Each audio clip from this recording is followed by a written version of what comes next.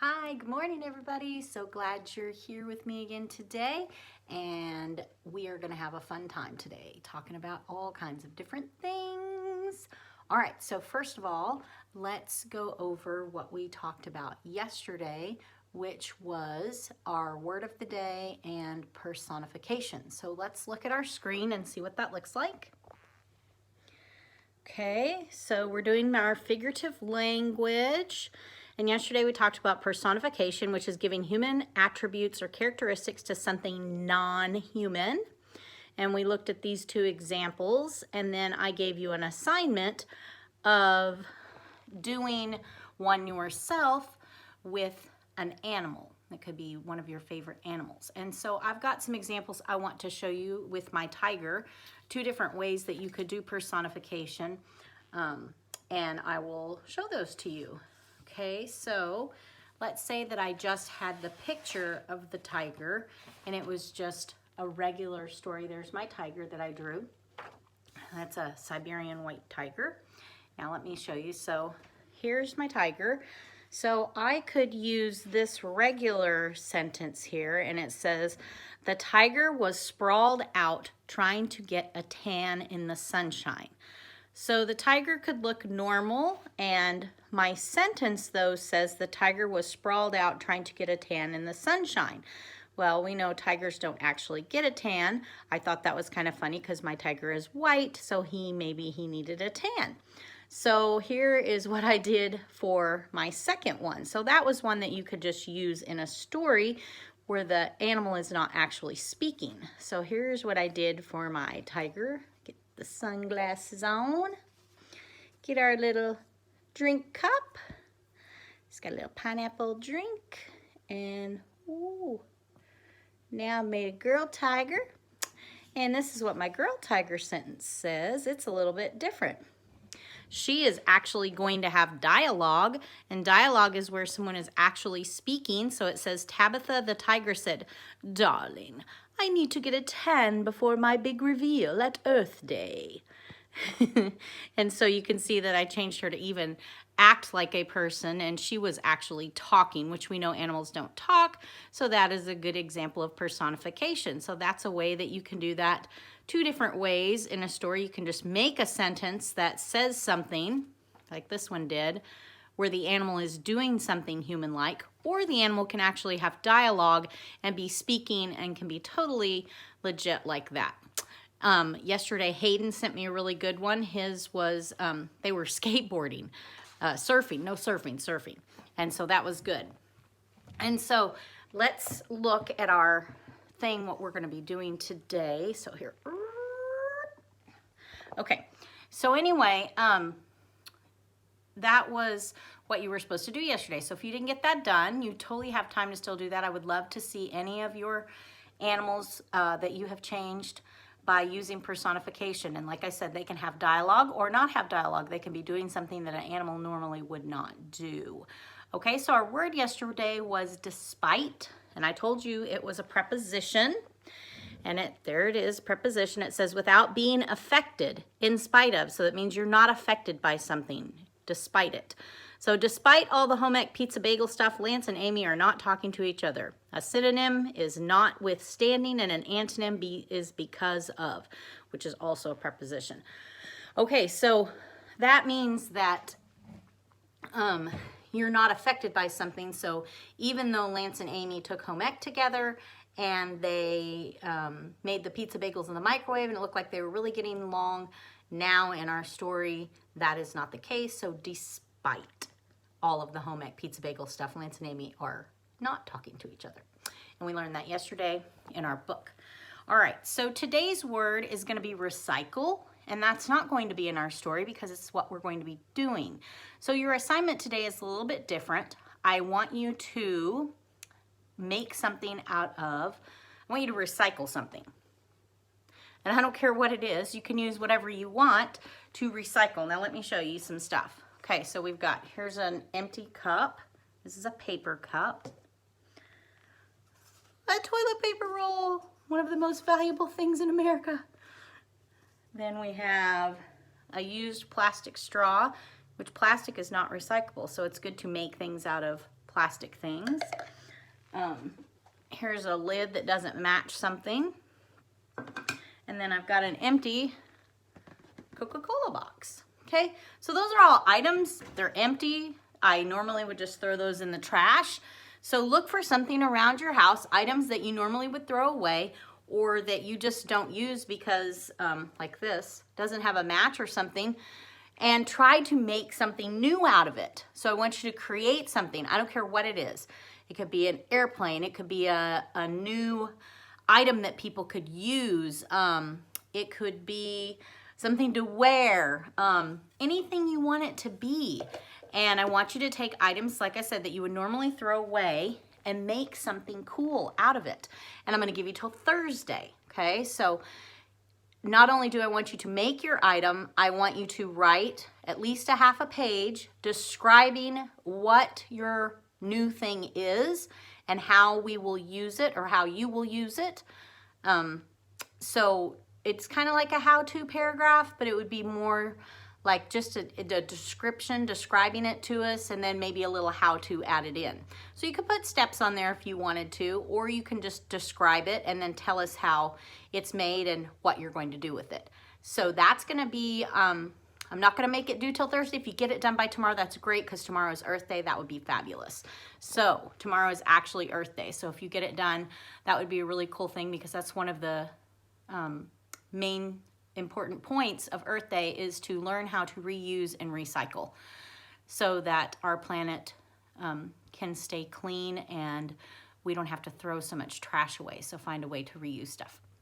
All right, so we are ready now for our new chapter in our book. So up we go. Let me see. Oh, there you are. Hi. Okay.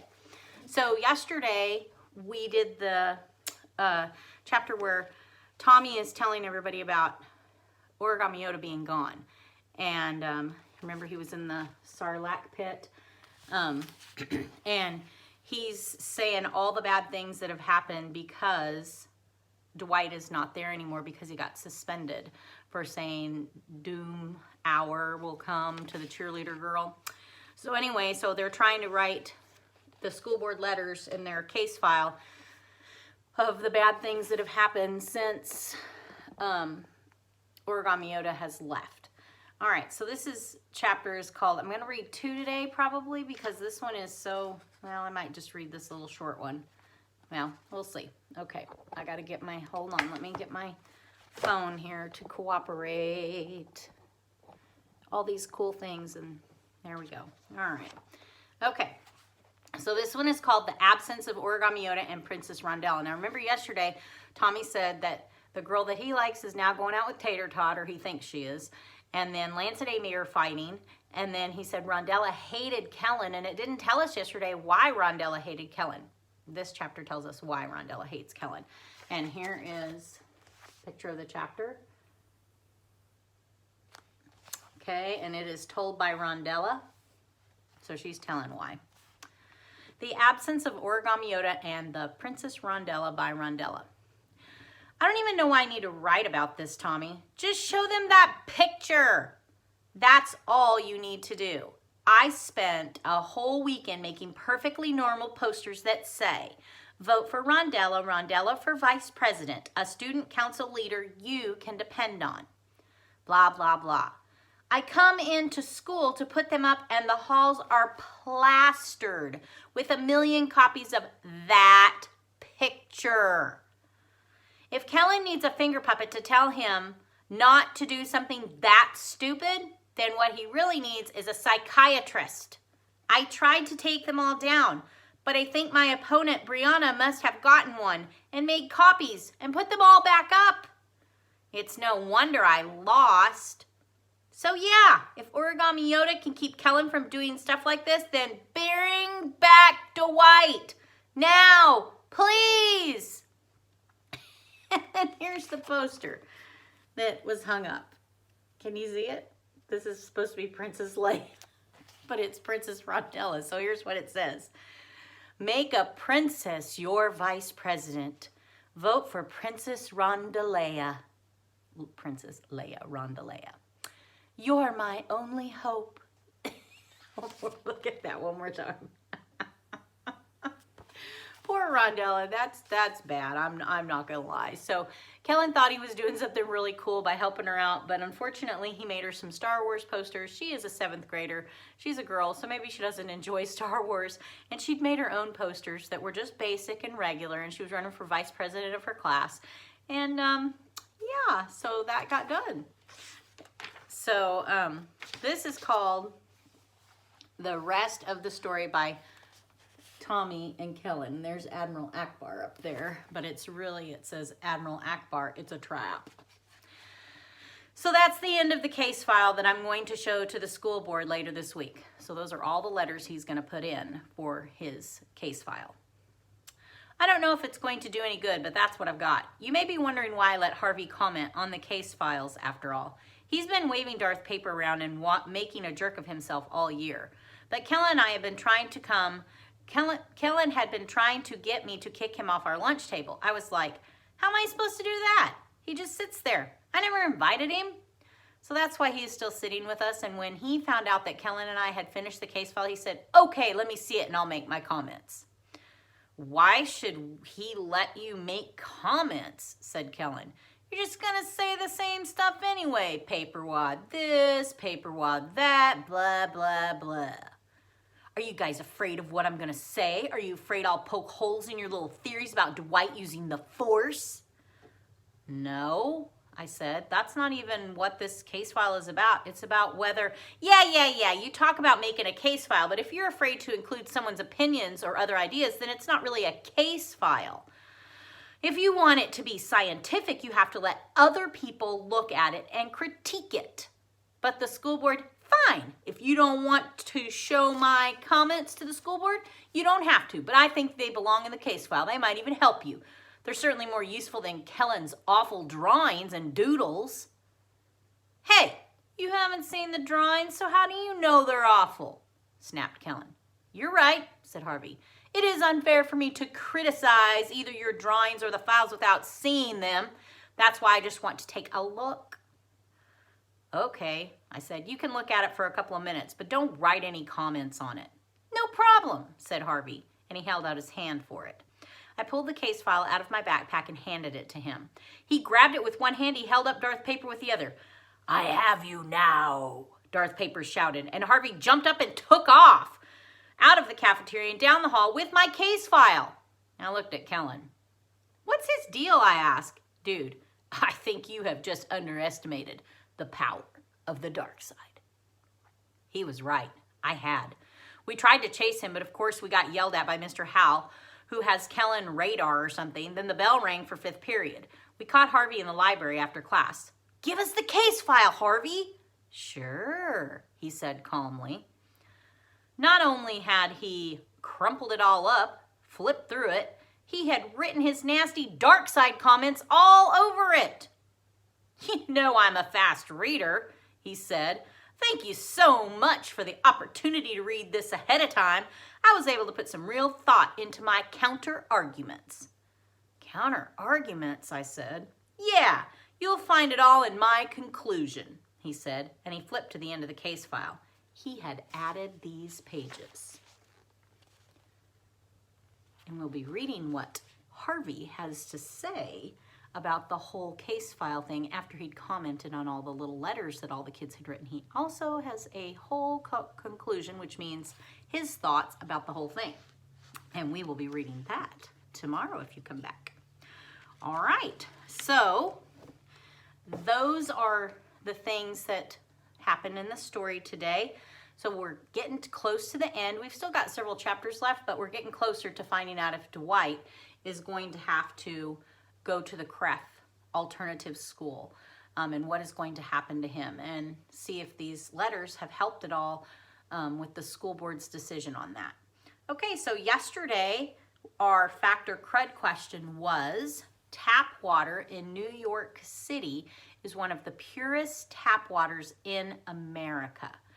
So you had to decide, did you think that the tap water, the water out of the faucet at people's homes in New York City, is one of the cleanest and purest in the United States? Now let me take you off of here. Okay, and let me show you this picture. And this is the reason that the answer is, dun, dun, dun, dun, it's a fact. And the reason it is a fact is because, see these beautiful mountains? Beautiful. It says over 1 billion gallons of sweet, pure Catskill mountain water comes out of New York City's tap every day of the week. So water that comes from these beautiful mountains, the Catskills, is the reason that that is a fact.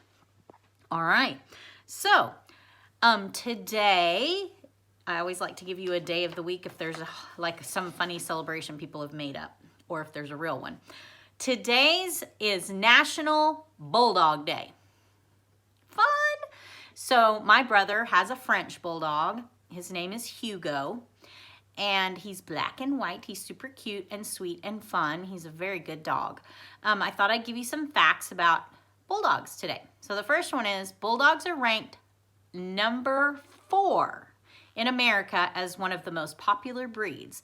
So in America, number 4. So people in America definitely like their Bulldogs. And there's English Bulldogs and there's French Bulldogs. Number 2, they are known for snoring, drooling, and farting because of their short snouts. So because their nose is pushed down like that, it's hard for them to breathe really well. So they snore a lot, they drool a lot, and they have a lot of gas. So they fart a lot. So that's something that they're known for.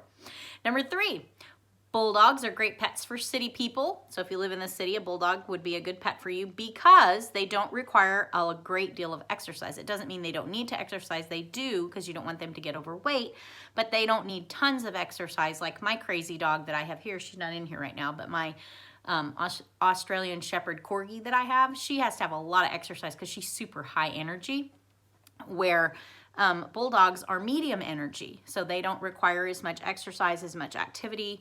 A quick stroll around like the block would be good for them. So they're a lower energy type dog. They're medium is what it's called.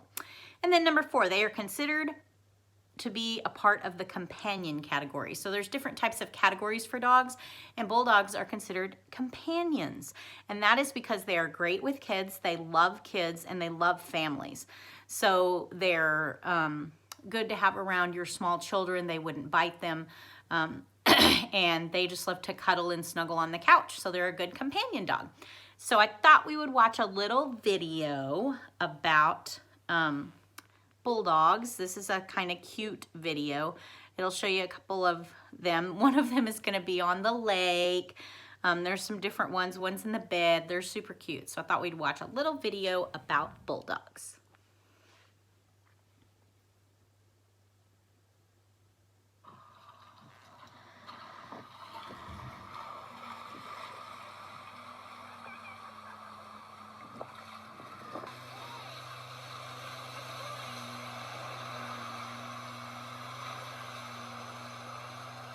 That looks like fun. And this old guy, he can't get up in his chair. He's having a hard time.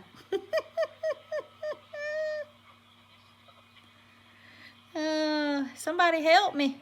Somebody help me. Oh, yeah, that's sweet. Where's the Bulldog? Oh, there he is. He was so much shorter than the other dogs. That's a husky there. Those are huskies. That they covered him up because he was so much tinier than they are.